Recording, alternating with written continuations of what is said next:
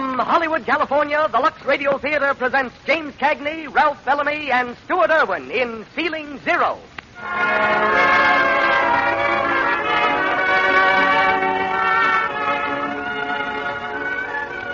Lux presents Hollywood. It's a romance of the skies we bring you tonight, a thrilling drama of the early days of transport aviation, of the men who made it possible, of the women who loved them. Ceiling Zero stars James Cagney, Ralph Bellamy, and Stuart Irwin, with Boots Mallory and Gene Cagney. Our orchestra is conducted by Louis Silvers, and tonight's special guest is Major Carl A. Colfer, Senior Vice President and General Manager of the Douglas Aircraft Company, who will speak on air transportation as it is today. This program comes to you with the good wishes of the makers of Lux Flakes, those gentle flakes that are the safe, thrifty care for all washables. Do you know that the inexpensive large box of Lux holds 12 cups of flakes? That's a lot, isn't it? And a few flakes go so far, just one big box of Lux will take care of many, many nice things for you. Use Lux for everything safe in water alone. Not only for your stockings and underthings, but for your dresses, sweaters, and all the other washables you and the children wear. You'll do that, won't you? Remember, Lux is thrifty. And now, the producer of the Lux Radio Theater. Ladies and gentlemen, Mr. Cecil B. DeMille.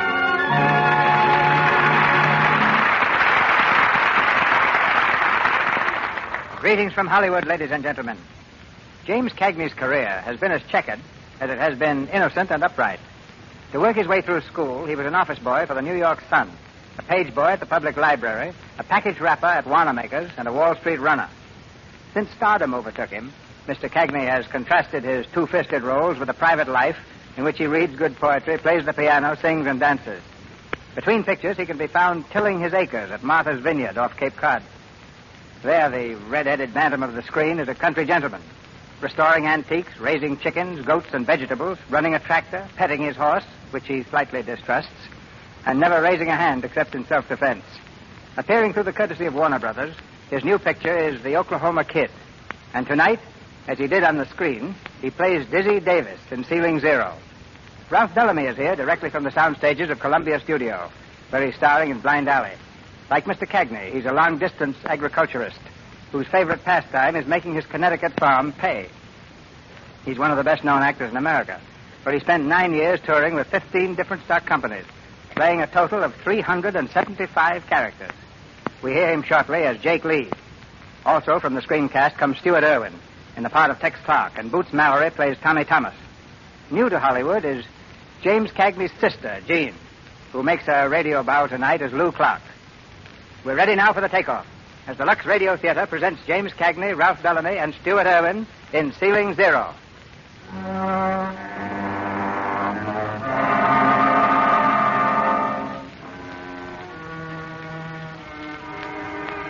It's a gray winter afternoon a few years ago. At Newark Airport, a dense fog smothers field and sky, wrapping the buildings in a blanket of ghostly white. In the operations office of the Federal Airlines, the radio engineer sits at the control panel, his voice droning on endlessly. Federal Airlines Newark calling Davis in plane 22. Calling Davis in plane 22. Davis, why don't you answer? Newark. Federal Airlines calling Davis in plane 22. At his side stands Jake Lee, the division superintendent. Jake Lee knows about fogs after 8,000 hours in the air, and now his face is creased with worry. Somewhere in the swirling mist, a plane is lost. 22. Why don't you answer? Newark. You sure you're transmitting? Well, Texas Clark picked me up 5 minutes ago, and if he can hear us, Davis ought to be able to. Let me at that thing. Calling Davis. Davis, acknowledge this message. Report your position and altitude to Newark at once. Nothing doing, Mr. Lee. Call him every 5 minutes. Notify the pilots in the air by radio and all eastern ground stations by teletype. Yes, sir. I hope he's not down. Don't worry about Davis. He could fly here in a balloon. Hello, Newark. This is Texas Clark in plane 4. Hang out a lantern or a couple of candles. I'm coming in. Tell him okay. Okay. Texas Clark in plane 4. Come in. Hey, Jake.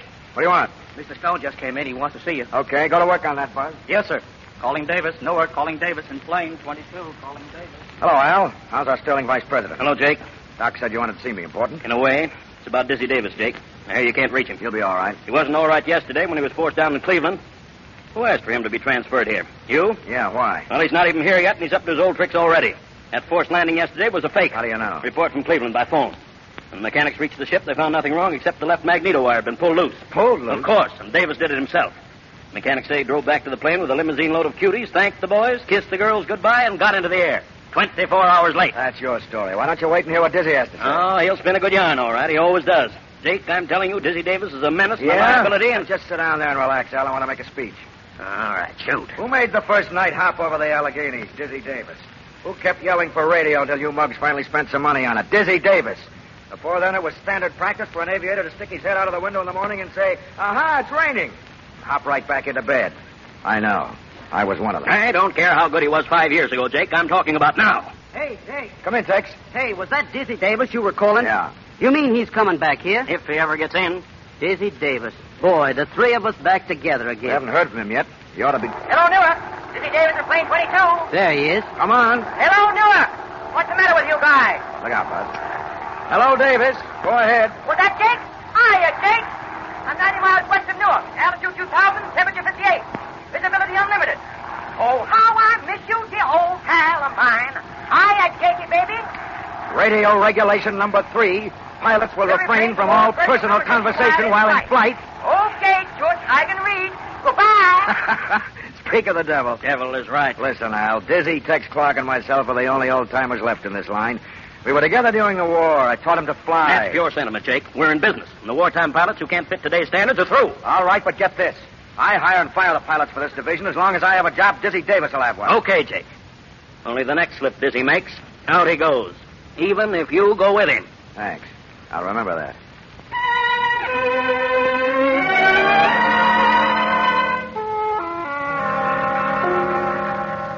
Okay, 19. Go ahead, number 6. Lawson in plane 6 to Newark. Go ahead, Lawson. Testing radio in plane 6. Ready to land at Newark. The training job with the solo student is heading in, Tay. Take another turn around the field. Okay. Who's flying a training job, Buzz? Miss Thomas supposed to solo this afternoon. Solo, no fooling. Yeah, and she's doing all right, too. Hey, Buzz, hear any more from Dizzy Davis? I'll see. Calling Davis in plane 22. I can't give you anything but love, baby. Cut him off. That guy'll sing us into the commissioner's office. He sure got a rotten voice. Hey, Jake. Well, look who's here. Hey, you mug, I've flown alone for the first time. Jake, I've soloed. Mug, is that any way for an air stewardess to address her boss? Oh, Jake, don't be so dignified. Give us a kiss, will you? Cut it out. There's the boyfriend. Hey, Tay. Hello, Tommy. Your trip okay, Lawson? Oh, fine, Mr. Lee. Hey, listen, I soloed. I made it just like that. Hello, girl. Were you scared? Well, kinda. Gee, it was sort of like falling in love and going to church and having your first cocktail all at once. There's no doubt about it. You've just soloed. Dinner tonight, Tay. Oh, not tonight, honey. I got another trip to take out. 22 calling Newark. Boys, I'm almost home. I can smell the meadows. Okay, 22. Don't be so businesslike, Buzz. I'm trying to tell you I'm landing in Newark. Never mind the fatted calf. Making love to Thermidor at Mama Junie's. Okay, 22. Shut up. Here I come, Jake. Yeah! Hey, Jakey, can I come in this upside down? What? No. Oh, come on, Jakey, be a sport. Let me come in upside down. Now, listen, Dizzy, I said no. I don't want any fooling around. Here I come. Look at me, Jakey. How's this? He's doing it, Jake. He's going into a roll. Dizzy, cut it. Straighten out, do you hear? I can't give you anything but love, baby. Dizzy, cut it out. I can smell the dandelions on the field, Jakey. Don't worry, here I go. If I don't come out of this roll, Dizzy, listen, Dizzy. There he goes. Oh, he's okay, Jake. I ought to break his neck. Boy, can that man fly. Those sparrows just tucked their heads under their wings and fell right off the telephone Check wire. him in, Buzz. I'll go out and say hello. Come on. Hey, you egg. America, I love you. Dizzy. You old Hey, cut it Jake, out. you old sweetheart. Look, Jake, he's got a new dimple. Been having your face lifted, Dizzy? Sure, that's better than going a paunch like Tex. Oh, now lay off. I'm building that up for a rainy day. Looks like Noah's Ark already. Well, same old joint. Come on, I'm starved. Wait a minute, fella. Are you Dizzy Davis? In person, why? I'm Joe Allen, Inspector, Bureau of Air Commerce. Oh, well. How are you, Joe? That was a very fancy landing, Davis. The next one like it'll draw you a suspension. You government guys are always wrong. There isn't going to be any next time. Cut it out, Dizzy. This is serious. Let's see your pilot's license. There you are, brother. You'll note my application for renewal has gone in. I see you've applied for a waiver for physical defect. What is it? Skippy Plum, 6 years old. How is Washington on us old cripples these days? Tough. You write a nice hand, Joe. I suppose you're going to put in a rap. I've got my job to do, but I'm no stool pigeon. You get my notice about inspecting, Jake? We're all ready for you, Joe. Good. See you later. As lucky as ever, Diz. Say, let's go over to the office. Come on. Well, Jake, how's Mary? Fine. She'll be over to pick me up pretty soon. Well, how's your matrimony, Texas? Still moaning along? Yep, on a clear day, I can hear her in Cleveland. Go on in, Dizzy. Hello, Dizzy. Hiya, Buzz. Hey, Tommy, come here. You want to meet a real pilot? Around here? I'd be delighted. This is Dizzy Davis. How are you? And Dizzy, this is Tommy Thomas. Well. How are you? What was that name again? Tommy Thomas. Well, I'm certainly glad to meet you. You an aviator, Tommy? No, not yet. I'm just a stewardess. Tex is teaching me to fly, though. Yep, I'm her daddy. Gee, your landing was a honey, Davis. I wish I could fly like that. Well, maybe I could give you a lesson or two. Would you really? Right now, I can't think of anything I'd rather do. Oh, Mr. Lee. Yeah, Tang? Number 11's inspected. I'm ready to take off. Right. Oh, here, I want you to meet somebody. Pilot Davis, Pilot Lawson. Hi. Well, welcome back to Newark. Lawson's my right-hand man. Been developing this new de-icer to keep ice from forming on the ships. Go over the records with him when you get a chance. Yeah, sure. How about tomorrow? Tomorrow? Well, now, wait a minute. I've got to see what my engagements are. Tell me, what are we doing tomorrow? I mean, what are you doing tomorrow? I don't know yet. Why not ask me the day after tomorrow, and I'll tell you all about it. Come along. Okay, I'll walk down the steps with you. Thanks, honey. Hey! Did I get the brush, or is she always like that? I never thought I'd live to see the day. Dizzy was a good guy when he had it, huh, Jake? Well, the old Meister isn't licked yet. That was routine number 1. Wait till you hear routine number 2. It's never failed yet. Well, now that you're here, where are you going to stay, Dizzy? Oh, Tex asked me to stay at his place. Huh? Well, didn't you? So, yeah, I mean, yeah, sure, but, well, well, what? I guess I better phone Lou. Excuse me. Uh-huh. So you got to phone the little woman, huh? If it was up to her, I'd sleep in jail. Oh, no. Why so worried, Tex? Don't you ever wear the pants in your little home? Well, you know darn well I do. Tell her I won't be there much. I've got that roving insomnia. Hello, Lou. This is Tex, your husband. Now, listen, honey. Dizzy's here. Yeah. She sends you her best, Dizzy. Nice work. Honey, look. I thought until he gets settled permanent that we might put him up. Be firm, Texas. You're the man of the house. Huh? Well, you could move the puppies off the sleeping porch. Oh, no, Texas. That wouldn't be fair. Well, how about a cot in the hall? No, I don't expect him to sleep with us. Why not? Well, there's still a sofa in the living room. You're doing fine. Oh, well, why didn't you tell me your mother was coming? Well, that settles that. Okay, honey. Bye, dear. Gee, Dizzy, I'm sorry, but my mother-in-law is... Oh, forget it. Say, is that Lawson warming up? Yeah, why? Oh, nothing. How long will he be gone? Back tomorrow. That makes it perfect. Jake, can I come in? Oh, sure. Come in, Mike. I cleaned up that brass door plate, Jake. Oh, thanks, Mike. You can go home now. Well, okay. Mike, you old son of a gun. You want something? Hey, Mike, it's Dizzy. You remember me? Oh, yes. Dizzy Davis, Yes, 59th Squadron, Kelly Field. You remember? Dizzy Davis? Oh, sure. I remember you. You were a pilot. Yeah. I still am. Well, you've been away. Yeah. Out west for a while. Thought I hadn't seen you around. Well, drop by the house sometime. Thanks, Mike. I will. I don't fly anymore. Mm-hmm. I see. I shined that plate, Jake. It looks good. That's swell, Mike. Thanks. Jake's afraid if the front door don't look right. People won't come in. Well, good night. Oh, Jake, you can't do that. Mike's a pilot. He was a pilot. But what happened? Smacked a tree in a fog. You must have heard about it. No, never a word. Mike Owen, shining spittoons. He doesn't do that very well. He's got a wife and 2 kids. We couldn't let him starve. Tex. Yeah? Tex, here's a few bucks. Have Lou get Mike's kids something, will you? Well, Jake, what do you say we go someplace for chow and a few snorts? How about Mama Jeannie's? Still open? Sure. Good. I'll be back in a minute. What's your idea? I got to see Miss Thomas. Routine number 2. It has yet to fail. Hello. Hello. I thought you'd be coming back this way. I'd like to apologize. For what? Oh, for wisecracking. You know, you really hurt me terribly. I can't begin to tell you how you wounded me. But, I guess I had it coming. All right. Let's forget it. Oh, no, I don't want to forget it. I know I got off on the wrong foot, but I'd like to start all over and show you I'm not as bad as I looked. And how are you going to do that? Well, Tex and Jake are going over to have a bite with me at Mama Jeannie's. How about joining us? Well, Well, you've got to eat anyhow, haven't you? well, yes. Well, come on, I'll show you that I know which knife to use. It'll be straight from Emily Post. Okay. Swell. Wait a minute. There goes Tay. Yep, there he goes. Back tomorrow, so I hear. Ready, Miss Thomas? Thank you, Mr. Davis. Dinner is served, honey. Let's go.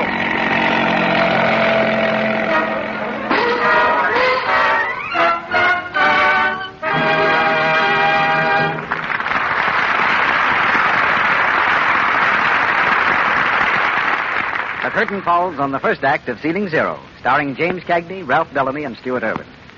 During this brief intermission, we bring you our favorite family, the Brownings. It's evening, and the family are in the living room.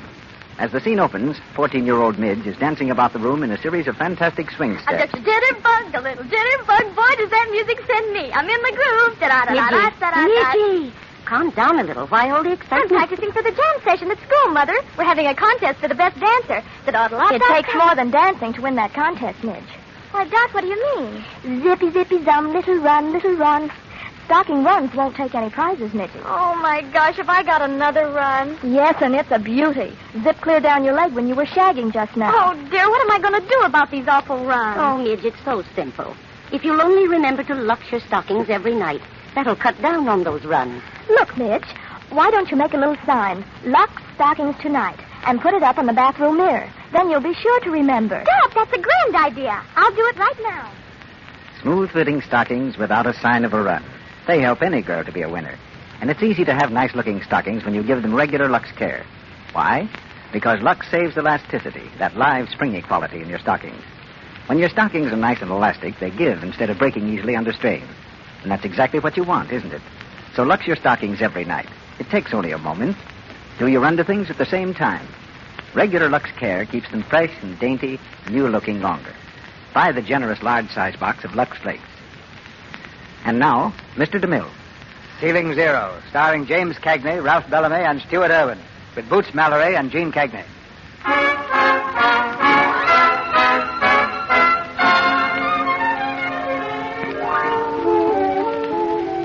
It's late the same evening, and Mama Jimmy's, a cafe near the airport, is almost deserted. On the tiny dance floor, Dizzy and Tommy move slowly to the rhythm of the four-piece orchestra. How am I doing? All right. A little close, that's all. Well, that's the way they taught me. When, in the gay 90s? Say, how old do you think I am? I'm only 34. That's an awful lot when you're only 19. But when you're 34, it's nothing. Say, you realize when you're 34, I'll only be 49? What of it? Well, if you think when I'm 49, I'm going to dance with an old hag of 34, you're crazy. Better enjoy yourself while you can. Look up here a second, will you? What's the idea? I'll show you. You're not going to kiss me in public, I hope. Sure. How was that? Not bad. Have another? Oh, I don't think I'd better, thanks. Oh, come on, just one more. Can't hurt you. 1, 2, 3, 4. What's that? My mother always told me to count 10 if I was tempted with something. Can you wait? Sure, if you can. Come on, let's count together. 1, 2, 3, 4. 4. Hey, how about dancing this one with your boss? Okay, Jay. Beat it, Dizzy. You can keep Mary company. Yeah, sure. You got up at the count of 5, Tommy. That means there was no knockout. Well, stay on your feet. You may get a draw. Hiya, Mary. Sit down. Say, you better watch that husband of yours, Mary. Look at him dancing around with that nice young girl.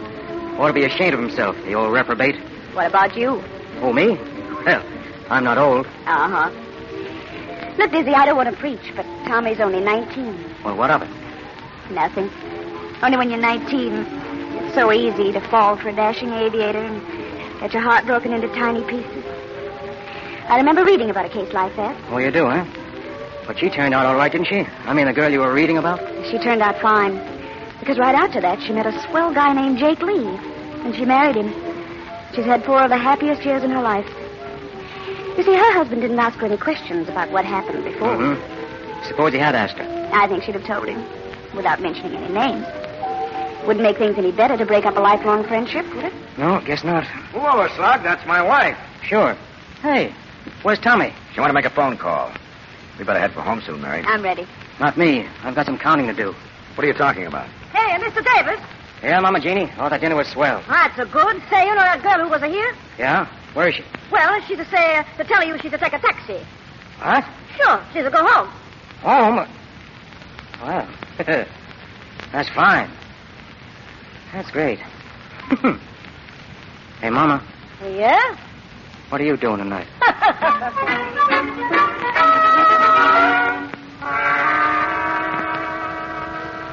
Newark calling all Federal Airlines stations. Business dispatch. Bad weather ahead beginning this afternoon, affecting Eastern Division only. Passenger runs may be canceled on short notice.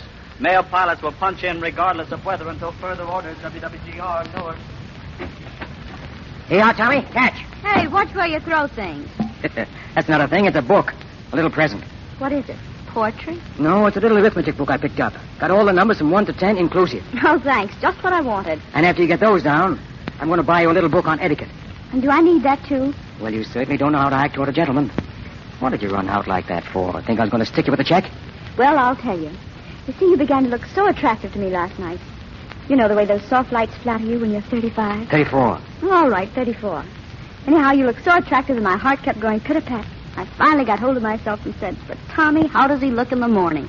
So I thought I'd wait until morning. And now? And now I know. Yes. Will you let me in on it? How do I look in the morning? Not a very good shave. Oh, the quiet Rudy Toot and the razzmatazz. Well, how about teaching you some stunts this afternoon? Oh, gee, that'd be swell. Only one thing would be sweeter. Tonight you have dinner with me. But you're scheduled to go to Cleveland this afternoon. I can fix that. I'll get Tex to take my run. Jake won't stand for that. Now, you just leave that to me. I'll see Tex now. In the bag, honey. In the bag.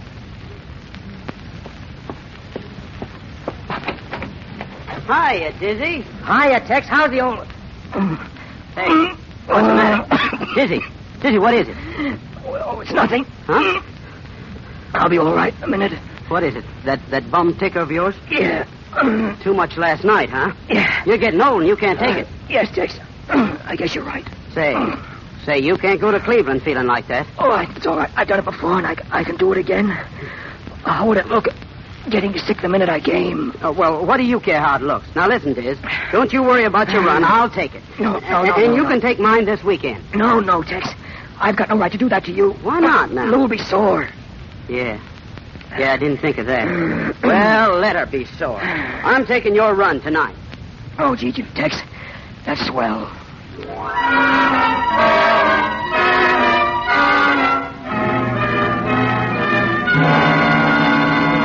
Bureau of Air Commerce, Washington, to all planes and stations, 8 o'clock weather.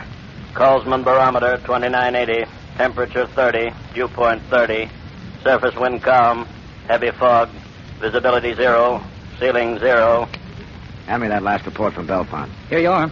This fog is thick enough to cut in chunks. Look at those seagulls. They're walking around. Texas Clark in plane 9, calling Newark. Go ahead, Texas.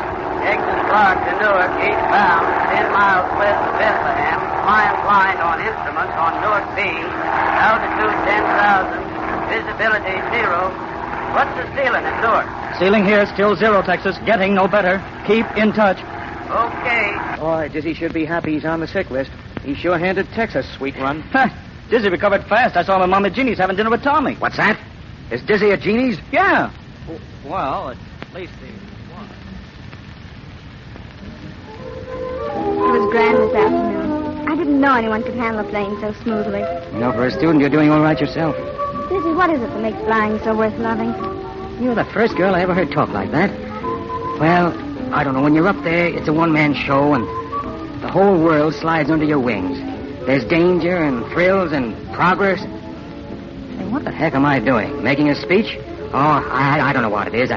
All I know is I'd rather be a male pilot than king. But no passengers for mine. You should complain. We stewardesses get the grief. Hey, look at that fog out there.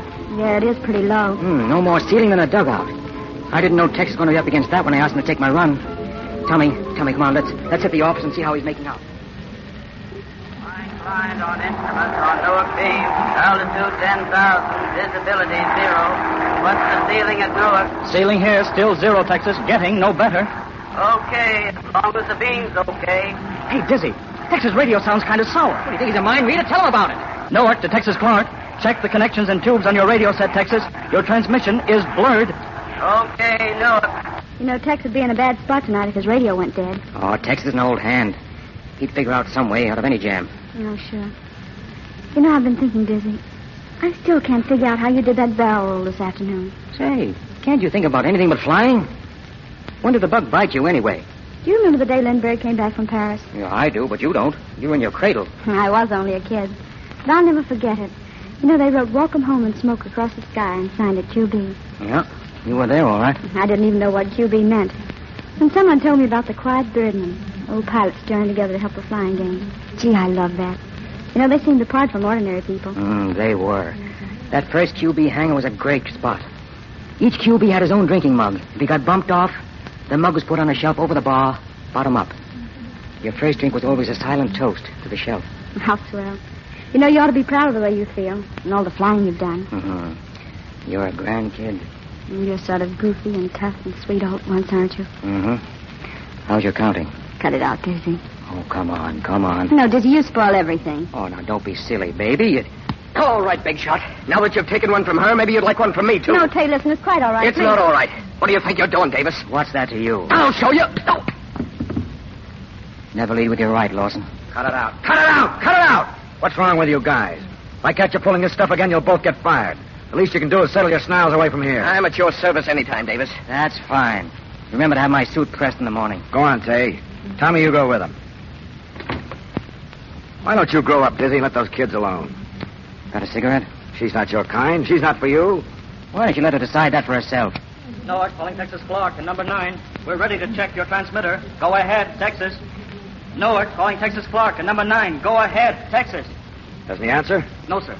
His last report came in garbled. I told him to check his set. Try him every couple of minutes. Notify all stations by teletype number 9 not reporting. Yes, sir. Radio must be dead. Jake, I want you to know that I didn't swap with Tex just to hand him a tough one. Forget it. Jake, is Tex in the air in this? Yep. On his way home, Mike. It was a night like this. I was coming home.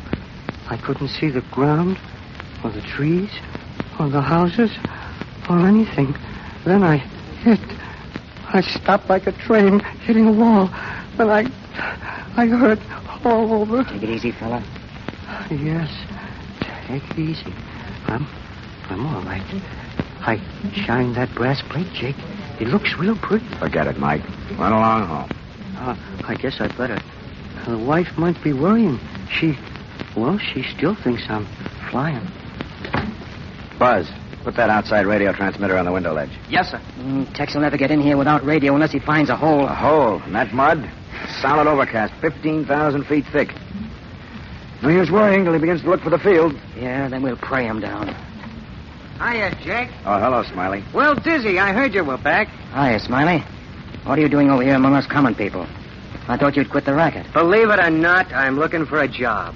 Can you use a good aviator, Jake? You wouldn't want to work for us. Why not? Have to spend at least a year learning the ropes as co-pilot. Co-pilot? I'd hit the Brad line before I'd start riding with some other guy at the controls. Newark, calling Texas Clark, and number 9. Newark, calling Texas Clark, and number 9. He still doesn't answer. Keep trying. Well, how you doing, Dizzy? And how are all your gals? I can't complain. Say, whatever happened to that slim brunette you used to chase around with? Am I supposed to know the girl from that description? You know the one I mean. You were going with her when I was testing those new transports. Oh, yeah. You mean, I know. You mean Eileen? Not that one. What was her name? Oh, stop it, will you? I've got it. Mary something. Oh, cut it out. She wasn't my girl. You remember, she lived in a little white house over in East Orange. Mary... Shut up. Was it Mary Miller? Yeah, that was it. Mary Miller. You know her, Jake? Yeah, I know her. I married her. No, not Miller. This was, Mary Dillon. That was it, Dillon. Oh, then I wouldn't know her. No, you never met this girl. Well, if there's nothing here, I might as well be going. So long. Was Mary really under your skin? Oh, now, Jakey. You know the way I was, how I used to talk. It was just part of the act. Mary and I just clowned around, and then you came along and she found out what a foul ball I was. If your reputation wasn't so cockeyed, it'd be easier to believe. Oh, wait till Tex gets in here. He and I were living together, and he knows everybody I went around with. He'll smooth this out in no time. Yeah? Try Tex, Buzz. Newark, calling Texas Clark, and number 9. No, he still doesn't answer. Say, he ought to be here any second. If he's on time. Doc, field lights. Yes, sir. Texas Clark and number 9 to Newark. There he is. Still flying blind on the Newark beams here in the field. Give me the surface wind and the Colesman barometer reading. I'm coming in. Surface wind calm, Colesman barometer 2988, ceiling 0. Newark, answer 9. I want to set my altimeter. I can't land without it. When I get on the ground, I'm going to wrap this radio around Buzz's neck. The beam's fading now. I can't hear. Newark to Texas Clark, come in. Sounded like his sending said quit on him. I wish it was me coming here instead of Tex. Bad enough to have Tex up there. If it was you, we'd have an argument about how to get you down. All lights okay, Mr. Lee. Jake, I just heard a plane. It must be Tex. Listen. That's him. He sounds high, Jake. Yeah. Come on, fella, talk him down. This is Jake, Texas. You're approaching the field west of the office. You sound much too high. You must be 1,000 feet. You should be losing altitude very fast. Answer by radio or jazz your motor if you hear me. Come on in, baby. Why doesn't he answer? He's Probably getting it, but just can't send. You're much too high, Texas. You're over the edge of the field now. You better circle back and make another approach. Come in much lower. You can't make it this time. You're sure to overshoot the field. Oh, he's going on. Didn't hear a word. He's after fire. I don't know how to see. He won't pass the coast. He knows he's somewhere near Newark. Tex will bring you in if anyone can. He isn't one of these kid pilots. Hey, Jake. Jake, he sounds like he's coming back. Here he comes. Give me that mic. Hello? Newark calling Texas Clark. Newark calling Texas Clark. Go ahead, Texas. He's lower this time. You won't land on that course. Keep trying. Newark calling Texas Clark. Newark calling Texas Clark. Newark calling Texas Clark. He's passing again. He'll never get in. Tell him to climb for altitude and use his chute. Newark to Tex Clark and plane 9. Do not attempt to land. Climb for altitude and go over the side. That's orders. Acknowledge. Hey, Mr. Lee, here comes Newark Texas to wife. Tex Clark. Climb for altitude and hit the silk. Acknowledge. Here comes Texas wife. How did she... Jake. Come in, Lou. Jake, what is it? What's wrong? I've been at home listening in. What is it? Texas radio's dead. Don't worry. He'll get down all right. Come on, Lou. You don't want to stay here. Let's go home. Home? I've just been there. Not just tonight, but one night after another. Sitting over the radio, alone, wondering whether Tex will ever come home or not. I know, darling, but please, come along. Oh, I've been through it so often. Sitting there, going crazy, waiting for the telephone to ring. Jake, what are you going to do? Can't you do something? We tried to tell him to use his chute, Lou. Tex ought not to be flying. You'll make it all right, Lou. Don't worry. Don't touch me. I know why you got Tex to take your place. Because you had a date with Tommy, the great Dizzy Davis, out after another girl. Is that why you switched your run? Jake, listen. He's turned back for the field. You hear that? He's picked up the field lights. Newark calling Texas Clark. Newark calling Texas Clark. Jake, I'm heading in. At least I think I am. The radio sure is sick. Haven't heard a word for an hour. You're coming into the field, Tex, toward number 1 hangar. You sound just about right. Keep her straight and settle in slow. Why don't you answer me? Are you guys shooting crap or something? You haven't reached the edge of the field yet, Tex. Your altimeter should read about 200 feet. You're headed over the hangars for the middle of the landing area. Keep her straight and steady. Here I come, feeling for the ground. Why don't you answer? It's a wonder you wouldn't help a fellow. He can't hear us. He's coming in blind. You ought to be up there. You're a murderer. That's what you are. You're a murderer. You sound a little low, Texas. Lift her up about 50 feet. He's too close, Jake. Too low. He's coming right toward us. Pull her up a little, Tex. Pull her up. You sound low. You're still outside the field, heading for the hangars. Watch it. Pull her up, Tex. Pull up, Tex. Pull up. You're too low. You're right on top of the hangar. Watch it. Pull up, Tex. Pull up.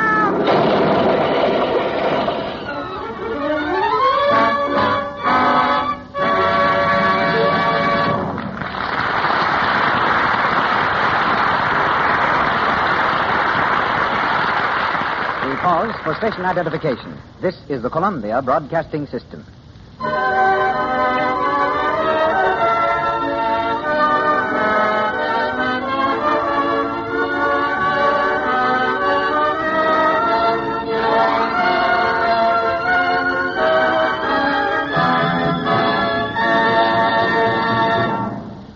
The curtain falls on Act 2 of Ceiling Zero, starring James Cagney, Ralph Bellamy, and Stuart Irwin, who will be heard shortly in Act 3. In just a moment, Mr. DeMille introduces our guest. But first, I'd like to say a word about our product, Lux Flakes. Have you ever figured out how thrifty Lux really is? How much it can do for you? It's amazing how far a penny's worth of Lux will go. Listen to this. Unless the water is hard, about 1 penny's worth of Lux will do your underthings 3 times, your stockings 4 times, or your dishes for a whole day. Or you can look at it this way. Just a little more than a penny's worth of Lux does a sweater and a dress. Yes, Lux is thrifty, and it's safe. Safe for anything safe in water alone. So every time you buy the generous large-size box of Lux, just think to yourself, it's safe and it saves. Now, Mr. DeMille. As our guest tonight, I thought it most appropriate to present a man from the skies. Someone from real life who can match the color and skill of the pilots of our play. But he's as different from the aviators of our play as the plane in which he's flying is different. The swift progress of aviation since the writing of Ceiling Zero has outstripped man's imagination in making air travel safe, and safer still. Right now, in the sky above the Lux Radio Theater, a modern transport plane is circling. At the controls is Major Carl A. Cover, Senior Vice President and General Manager of the famous Douglas Aircraft Company, makers of planes flown the world over. Major Cover trained the men who trained the pilots to fly in the World War, and has had much to do with the pursuit of safety for the past 20 years. But let's hear from Major Cover direct. Are you ready, Major? I've been accustomed, Mr. DeMille, to look up to the Lux Theater. This is the first time I've ever looked down on it. Incidentally, I'm now speaking from a regular DC transport plane, while in the course of routine checkup flight. This plane belongs to the Royal Dutch Airlines. It will soon be delivered for operation in the longest passenger run in the world between Amsterdam and Batavia. As you fly around up there, Major, what picture do you get of aviation today and in the future? Well, I believe aviation has traveled farther in less time than any invention in the world. I think you'll agree that it has made as vast strides in the brief years since the period of Ceiling Zero as it did between its inception and the first showing of tonight's play. Safety and comfort in the air develop so fast that it's almost impossible for the average person to realize the changes. It would be a full-time job to keep up with the progress being made. As a result, only a few technically minded people can appreciate just where we stand today. But doesn't such progress take all the romance and daring out of flying? If you mean romance in the terms of such heroic daredevil performance as you have in Ceiling Zero, then the answer is yes. But there's another kind of romance, the conquest over nature. A conquest made possible by such things as the radio beam, the new altimeter, the icing equipment, the automatic pilot, and the amazing reliability of modern engines. There's romance, too, in the thought that you can fly in the space of a single day from a land of ice and glaciers to the palm trees of the tropics. I'll even predict that passengers will be able to make regular scheduled flights from here to Paris and London within a very few months. I'm not much in the romance angle, but I think that comes pretty close to being the real thing. The world owes you and men like you a deep debt of gratitude for the safety you've brought about and are constantly increasing. I know that most of us in Hollywood, actors, actresses, and producers, are almost as much at home in the air as we are on the ground. We hope so, Mr. DeMille. And now I'm sure you want to get back to Ceiling Zero. As for me, I'd like to hear the rest of it, too. Good luck, sir. You've given wings to the world, Major, and to our program. Act 3 of Ceiling Zero, starring James Cagney, Ralph Bellamy, and Stuart Irwin, with Boots Mallory and Gene Cagney.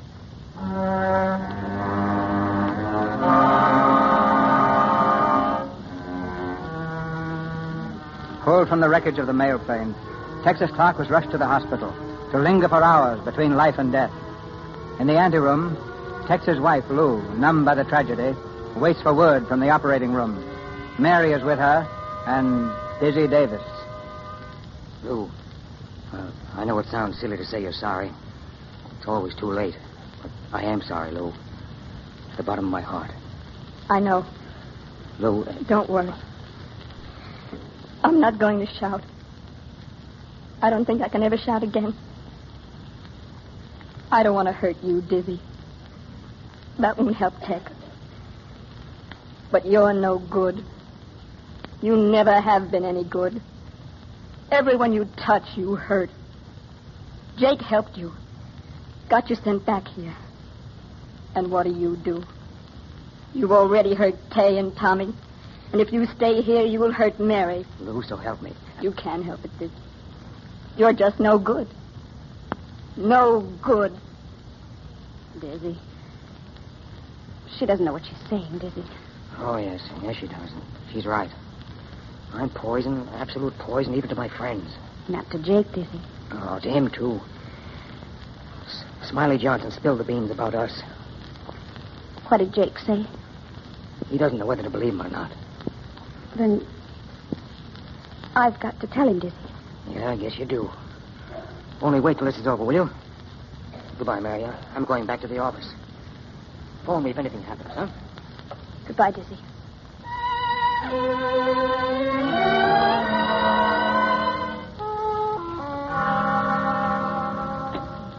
Well, any word? He's still unconscious, Jake, but a little stronger. Swell. Jake, suppose Tex should die. You weren't to blame for the crash. After Tex took the run, the show was all his. That's easy for you to say. You're not in the picture. Lou named it. It's murder. Forget it. He's going to pull through. Get well. But you got to learn to play the rules, Dizzy. I know. Jake, listen. I've cut a lot of corners, but there's one guy I've always been on the level with, and that's you. Jake, I'd cut my heart out for you. Please don't be mad at me. All right, forget it. What's the latest weather report on, Buzz? 0. Ice at 3,000. Have Lawson stand by. You want to push them in night mail through that ice? Probably not, but I never cancel any run in advance. We'll decide when the time comes. Number 7's rigged with those new de-icers. Be worth the crash to find out how they stand up. You want me to make the hop? Lawson's scheduled to go. That kid? He won't get from here to the edge of the field. No? Why don't you go out and tell him how? Okay, Jake. I guess you're sick of looking at me right now. I'll see you later. Dizzy. How are you, Half-Pint? I'm pretty low. Dizzy, I feel so guilty about Tex. Only we hadn't made that silly date. Oh, don't blame yourself. It was my bright idea. Everybody knows that.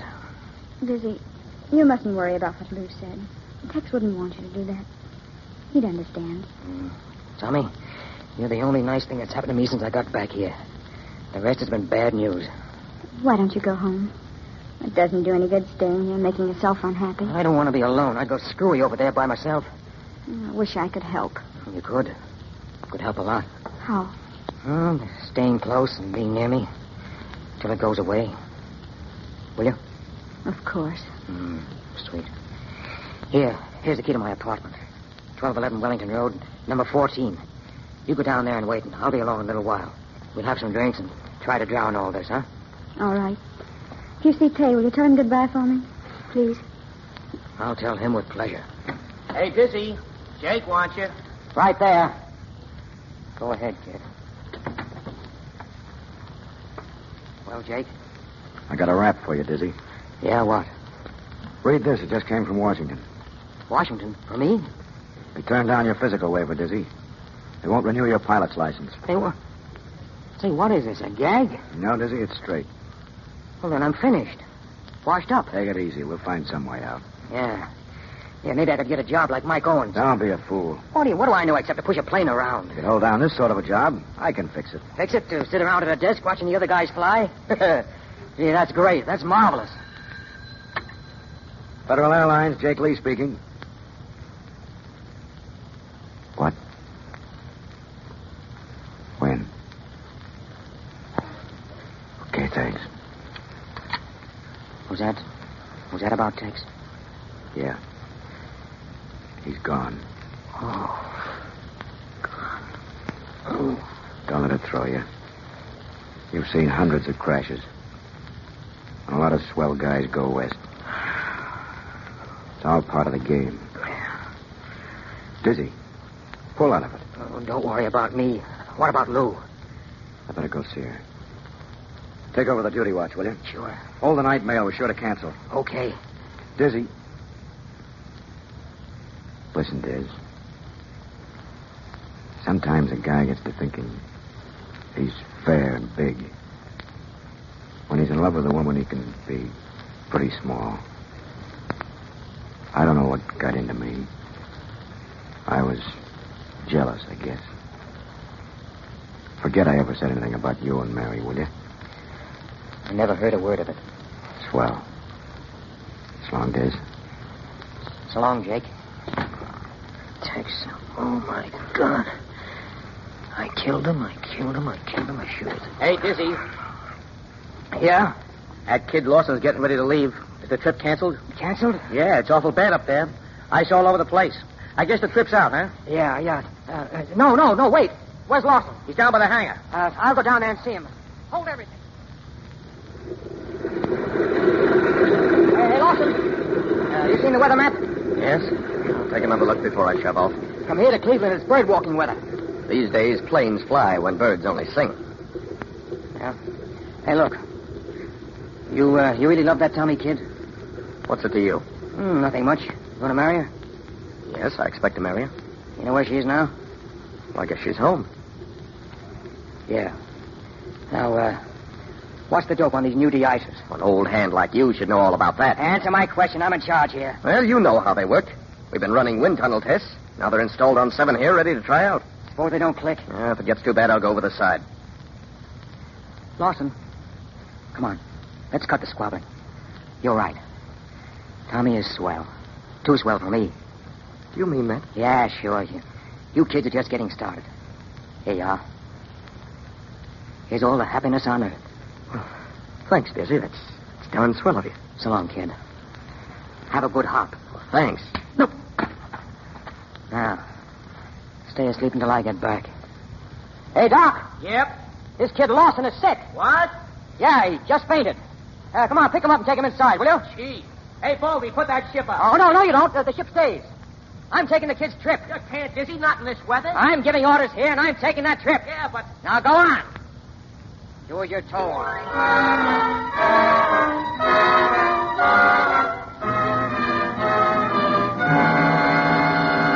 What'd you let him go out for? Why didn't you hold him? I couldn't help it, Jake. Shut up. Told me to... Dizzy Davis and 7 to Newark. Altitude 3,000 feet. Flying blind on the Newark beam for Cleveland. Light ice forming on wings and tails. These new de-ices don't quite break it up. Tell him to turn back and land at once. Newark calling Davis and 7. Go ahead, Newark. Davis and 7 return to Newark and land at once. Division Superintendent's orders. Tell Jake to come to the mic. Dizzy, this is Jake. Here. Here's the dope on these new de-ices, Jake. Never mind the de-icers. You know you can't fly through that stuff. Get on the ground. Come on, get this. Take this down, George. The pressure has got to be doubled. The rear tube should be moved back 8 inches so the ice won't form behind it. And you need tubes on the tail, too. One on each leading edge. They'll work then like $1 million. Right now, the tubes are frozen flat. That's all, Jacob. Okay, Dizzy. Now get back to Newark. There's not much chance of that. Unless you send me up a skyhook. Ship's getting heavy. Losing altitude now. Dizzy, leave the ship. Don't wait until she begins to spin. Drop your flares and go over the side. Bail out. Hit the silk. No can do, baby. He's got ice all over it. Sure built up in a hurry. Jake, when Dizzy got into that ship, he didn't wear a chute. What? He didn't. He wouldn't wait. Dizzy, isn't there some way? Can't you nurse her down? Slide in on a wing so it'll be an easy crack up. Do something, Dizzy, anything. She's falling pretty fast, Jake. The ice looks a foot thick on the leading edges. I'm down to 1,500 feet on the beam. Don't look for the crash tonight. Dizzy, listen. She's getting wishy now. I'm going to put her into a spin to see how that affects the ice. The ice still sticks to the ship, Jake. She won't answer the control. Here she goes. So long, Jake. Don't be mad at me. Newark to Davis and 7. Newark to Davis and 7. Answer 7. Answer 7. Davis! Dizzy! He's crashed.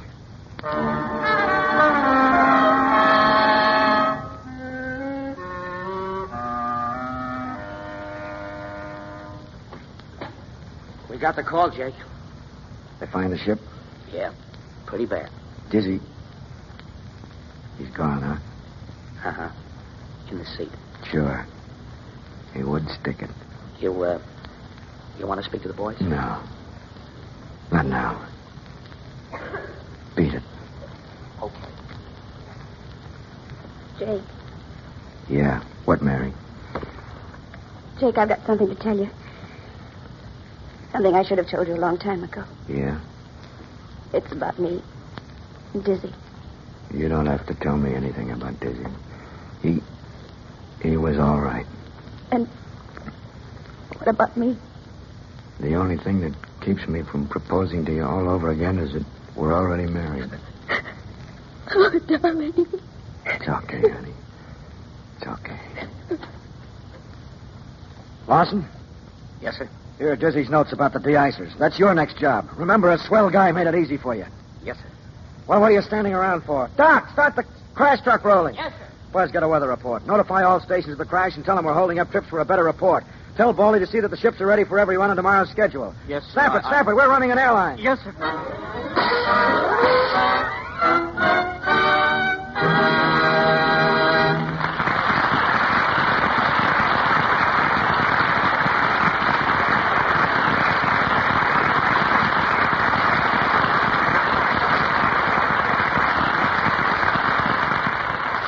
Ring down the curtain on Act 3 of Ceiling Zero, starring James Cagney, Ralph Bellamy, and Stuart Irwin.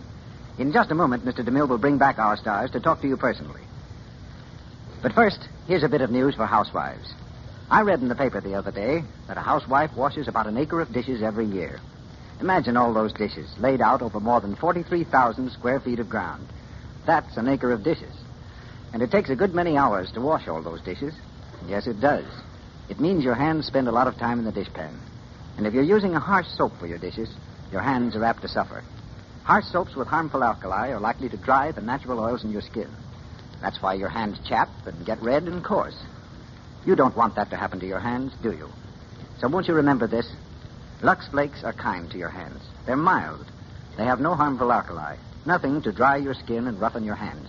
No, indeed. Lux helps your hands stay smooth and young-looking. And that's pretty nice, isn't it? Having hands that are lovely to look at and thrilling to hold. Every woman wants them. Remember, Lux is fast, it's gentle, and it's thrifty. Yes, unless the water's very hard, it takes only about a penny's worth of Lux to do a day's dishes. Be sure to buy the generous big box of Lux Flakes. Mr. DeMille. After spending the last week in the vigorous company of Messrs. Cagney, Bellamy, and Irwin, I'm sorry for only one thing. Look out, boys. Here it comes. No, it's not what you're thinking, Mr. Irwin. My lone regret is that all of you weren't with Barbara Stanwyck, Joel McRae, and me in the making of Union Pacific. Do you mean we're too late? Gosh, what'll you ever do, Mr. DeMille? Well, there's nothing to do, I guess, but hope. Hope that when the next one comes along, you'll be in the cast. Yeah, I'd like to cast it for you right now, if I might. Of course, the first thing you'll need is a leading man, a hero. You know, somebody like Bellamy. Gee, that's white of you, Jim. Darn white. Well, yeah, but not exactly like Bellamy. What you want is a guy a little on the tough side, hard-boiled, fast-talking, see? Quick with his hands. He's okay on the inside, but on the outside, he's all brass knuckles. You mean somebody like James Cagney? No, like Stu Irwin. Well, I don't doubt that Mr. Irwin has a heart of gold. Oh, but... boy, that's the truth. There's so much gold in my heart that every time it thumps, it whispers, 16 carat, 16 carat. Anybody like to listen? All right, so you got a heart of gold. But how tough can you be? How tough can I be? Listen, Bellamy, just put up your hand. Sure I will, Smarty. Just as I figured, wide open for a kick in the shins. Careful, Mr. Irwin. Ralph's in pretty good shape after working that farm of his. Well, that's not quite as accurate, Mr. DeMille, as I'd like it to be. So relax, Stu. You see, we had a flood back there, and my farm went down the Connecticut River. Flood ruined everything except a couple of crops, but they're doing fine. Watermelons and watercress. Hope you're having better luck on Cape Cod, Jimmy. Oh, I'm learning, Ralph, learning. I don't think I'll ever be a menace to the landed gentry, but come a few years, and I think I'd be able to live off the place if I had to. Of course, I might get a little tired of eating kohlrabi and rutabaga 3 times a day, but then I'm learning. Mr. DeMille, I got a great kick out of doing Seething Zero, and I hope we can all get together again sometime. Many thanks. Good night. Good night. Good night, and happy landing. In a moment, ladies and gentlemen, Mr. DeMille brings news of next Monday's program. Be sure to listen to the new Lux daytime radio program, The Life and Love of Dr. Susan, the story of a courageous woman in search of her destiny. You can hear it over most of these stations in the United States every afternoon, Monday through Friday, at 2:15 Eastern Time, 1:15 Central Time, 3:15 Mountain Time, and 2:15 Pacific Time. This new daytime program, The Life and Love of Dr. Susan, comes to you in addition to the Lux Radio Theater. Assisting in Seething Zero were James Bush as Buzz Gordon, Mary Lansing as Mary Lee, Martha Wentworth as Mama Jeannie, Wilson, Lou Merrill as Alan Jones, Joseph Duval as Joe Allen, Frank Nelson as Tay Lawson, Ross Forrester as Mike Owen, and John Gibson as Smiley Johnson. Ralph Bellamy appeared through courtesy of Harry Cohen. Louis Silvers is from 20th Century Fox Studios, where he directed music for Wife, Husband, and Friend. Now, your producer. The program planned for you next Monday night, like all programs in the Lux Radio Theater, is one in which you, too, play a major part. Just as we are occupied every day in the week preparing these productions, you are making them possible by bringing Lux Flakes and Lux Toilet Soap into your homes each day. This cooperation enables us to present plays and stars of the caliber in store for you a week from tonight, when you'll hear Norma Shearer and William Powell. A great hit on the screen, our play is the dramatic story of an infinite love, one-way passage.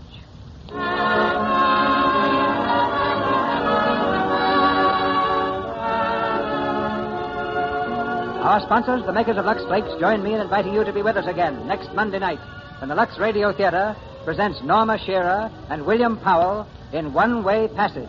This is Cecil B. DeMille saying good night to you from Hollywood.